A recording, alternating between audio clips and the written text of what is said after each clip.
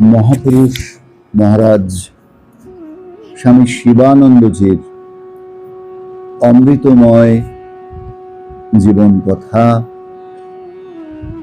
মহাপুরুষ মহারাজের অমৃতময় জীবন কথা আমরা প্রতি সোমবার সকাল 8টায়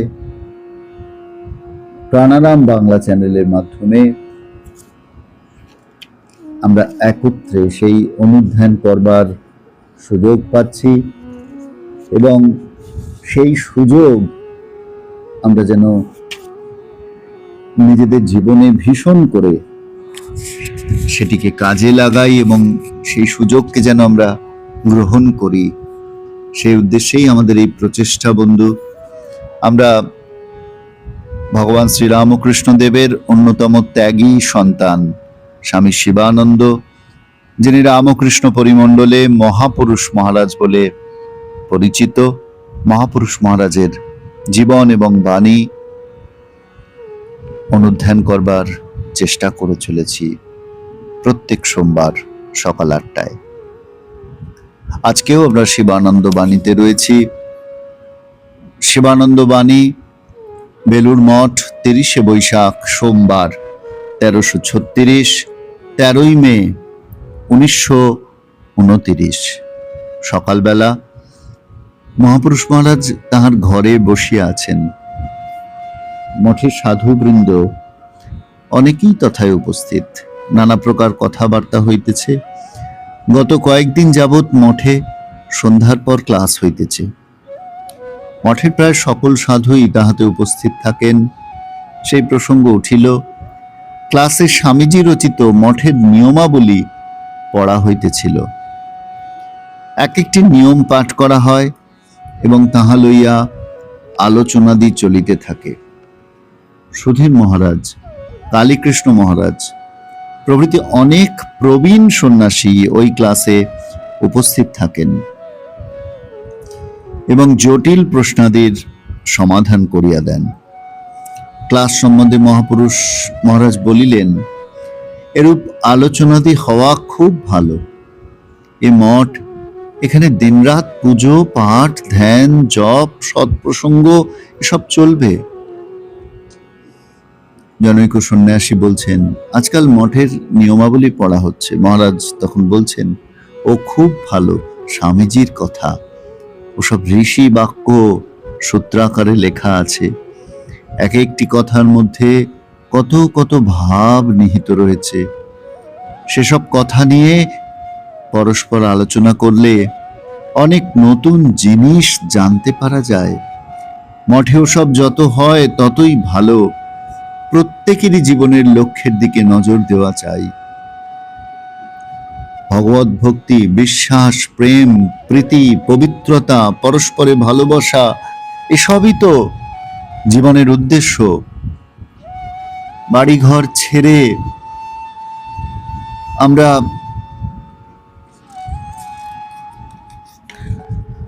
যে এখানে এসেছি তার মানে কি?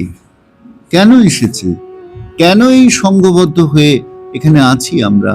কিসে আমাদের ত্যাগের ভাব বাড়বে, তারই জন্য কাতরভাবে প্রার্থনা করতে হবে।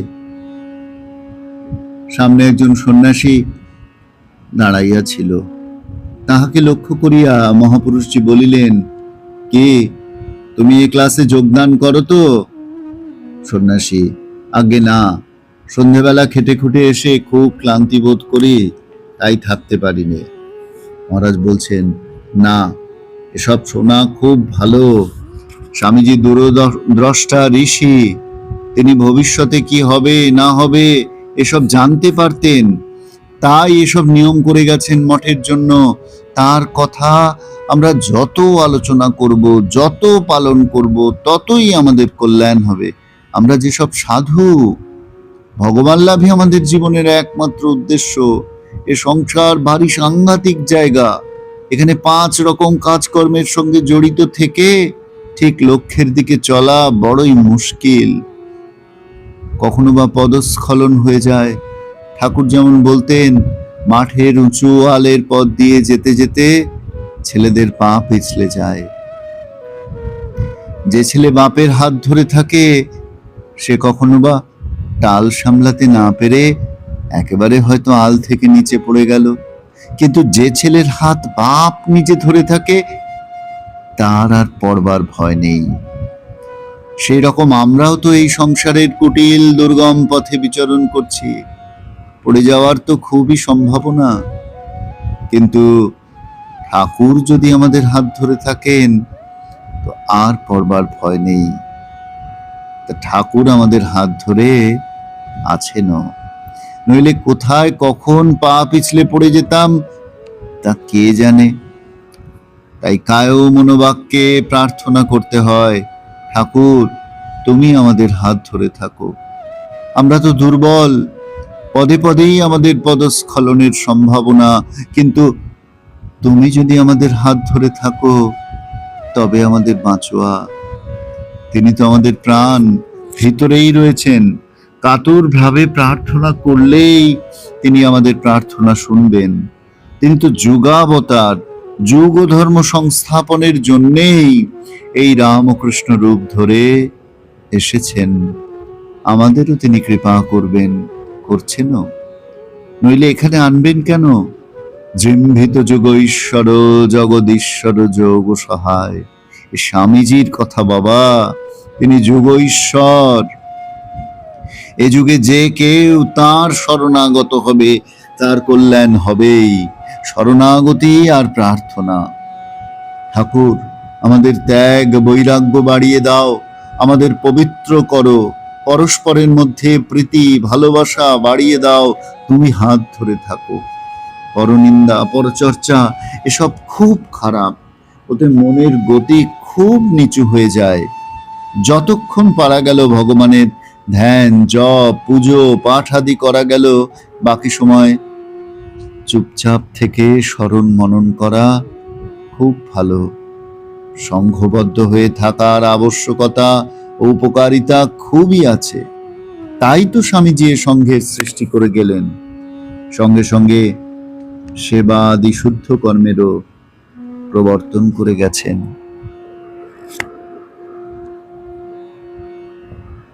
আমি জানি না আজকের এই অংশটুকু পাঠের পরে আপনাদের কি মনে হচ্ছে, কিন্তু আমার মনে হচ্ছে আমরা যেন মহাপুরুষ মহারাজের কথা তার মধ্যে দিয়ে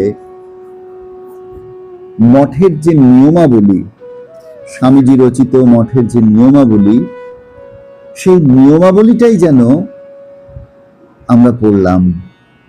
অর্থাৎ সেই নিয়মাবলী, স্বামীজি সেই নিয়মাবলীতে যা লিখেছেন, যে কথাটি বলতে চেয়েছেন, তারই নির্যাস যেন মহাপুরুষ মহারাজের ভাষায় প্রকাশিত হচ্ছে।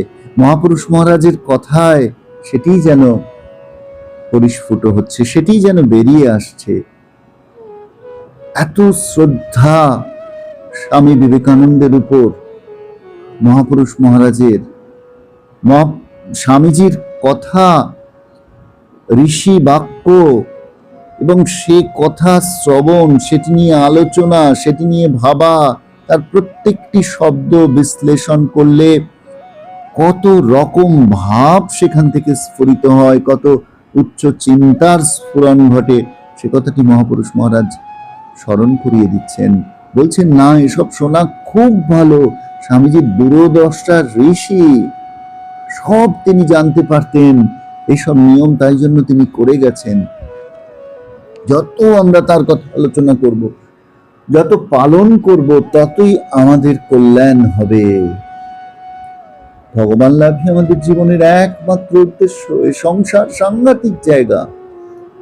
5 রকম কর্ম আমরা করছি বটে, কিন্তু যদি সেই কর্ম করতে গিয়ে তাকে না ধরে থাকি, যদি আমরা লক্ষ্যের দিকে অবিচল থেকে এগিয়ে না যেতে পারি, পদস্খলনের ভয় রয়েছে।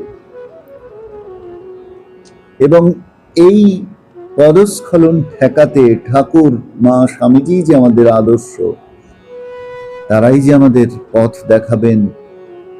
তিনি যাতে আমার হাতটি শক্ত করে ধরেন, সেজন্য তার কাছে যে অবিরাম প্রার্থনা। সে কথাটিও মহাপুরুষ মহারাজ মনে করিয়ে দিচ্ছেন। ঠাকুর তুমি আমাদের হাত ধরে থাকো, প্রার্থনা করতে শেখাচ্ছেন। কি সেই প্রার্থনা? না, ঠাকুর তুমি আমাদের হাত ধরে থাকো। আমরা তো দুর্বল, পদে পদেই আমাদের পদস্খলনের সম্ভাবনা, কিন্তু তুমি যদি আমাদের হাত ধরে থাকো তবে আমাদের মাচোয়া। তিনি আমাদের প্রাণের প্রাণ, ভিতরেই রয়েছেন, কৃপা করছেন, কৃপা করছেন বলেই এখানে এনেছেন। স্বামীজি বলছেন জম্ভিত যোগ ঈশ্বর জগদীশ্বর যোগ সহায়। স্বামীজির কথা মহাপুরুষ মহারাজ বলছেন, এ স্বামীজির কথা বাবা, তিনি যুগ ঈশ্বর। এ যুগে যে কেউ রামকৃষ্ণের শরণাগত হবে তার কল্যাণ হবে। শরণাগতি আর প্রার্থনা করো জোরে। মহাপুরুষ মহারাজ প্রার্থনা করতে শেখাচ্ছেন আমাদের। ঠাকুর আমাদের ত্যাগ বৈরাগ্য বাড়িয়ে দাও। এইটি তো রামকৃষ্ণ সংঘের মূল শক্তির জায়গা। ভগবান শ্রী রামকৃষ্ণের কেন্দ্রে রয়েছেন, আর প্রতিনিয়ত সাধু সন্ন্যাসী মহাত্মাগণ এবং অসংখ্য অগণিত গৃহস্থ ভক্ত, তারা সকলে ঠাকুরের কাছে আমরা প্রার্থনা করে চলেছি, ঠাকুর আমাদের ত্যাগ বৈরাগ্য বাড়িয়ে দাও, আমাদের পবিত্র করো, পরস্পরের মধ্যে প্রীতি ভালোবাসা বাড়িয়ে দাও, তুমি হাত ধরে থাকো। এই তো প্রার্থনা। এর চেয়ে সুন্দর, এর চেয়ে শ্রেষ্ঠ, এর চেয়ে মধুর, এর চেয়ে জীবনদায়ী প্রার্থনা আর কি বা হতে পারে? তার কৃপার জন্য তার কাছে প্রার্থনা করা, এই তো আমাদের সংঘের শক্তি, এই তো রামকৃষ্ণ সংঘের মূল বার্তা। এ বার্তাই তো স্বামী বিবেকানন্দ দিতে চেয়েছেন।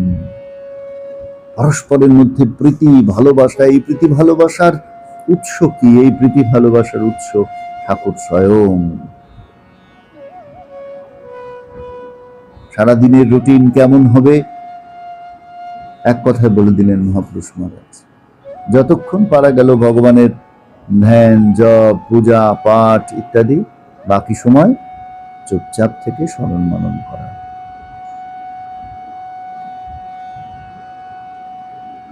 আর স্বামীজি এই সংঘের প্রবর্তন করেছেন সংঘবদ্ধ হয়ে থাকার আবশ্যকতা এবং উপকারিতা, আর সঙ্গে সেবাদি শুদ্ধ কর্মের প্রবর্তন করে গেছেন। যে কর্ম নিষ্কাম কর্ম, সেই কর্মের প্রবর্তন করে গেছেন স্বামী বিবেকানন্দ। তাহলে কি দাঁড়ালো? যে স্বামীজিকে তার গুরু ভ্রাতারা যেমন করে বুঝতেন, সত্যি তেমন করে আমরা কজনই বা বুঝতে পারব? মহাপুরুষ মহারাজ যে এই কথার মধ্যে দিয়ে স্বামীজি যে ঠিক কি বলতে চেয়েছেন স্বামীজি সম্পর্কে, যেন আমাদের স্বামীজি যে দূরদ্রষ্টা ঋষি, স্বামীজির প্রত্যেকটি কথা, প্রতিটি শব্দ যে মন্ত্রের মতন, সেই বোধটি আমাদের মধ্যে যেন জাগ্রত করতে চাইছেন, সেই শ্রদ্ধা আমাদের মধ্যে যেন জাগ্রত করতে চাইছেন। আসুন বন্ধু, আজকের এই পর্বের শেষে আমরাও মহাপুরুষ মহারাজের বাণী অনুসরণ করে ঠাকুরের কাছে প্রার্থনা করি, ঠাকুর আমাদের ত্যাগ বৈরাগ্য বাড়িয়ে দাও, আমাদের পবিত্র করো, পরস্পরের মধ্যে প্রীতি ভালোবাসা বাড়িয়ে দাও, তুমি হাত ধরে থাকো। আপনাদের সকলকে ধন্যবাদ, নমস্কার জানিয়ে আজকের এই পর্বে আমরা এখানেই তো জানছি বন্ধু, সকলে ভালো থাকবেন। প্রাণারাম প্রাণারাম প্রাণারাম প্রাণারাম প্রাণারাম প্রাণারাম। কি যেন লুকানো নামে তাই মিষ্ট এত প্রাণারাম প্রাণারাম প্রাণারাম প্রাণারাম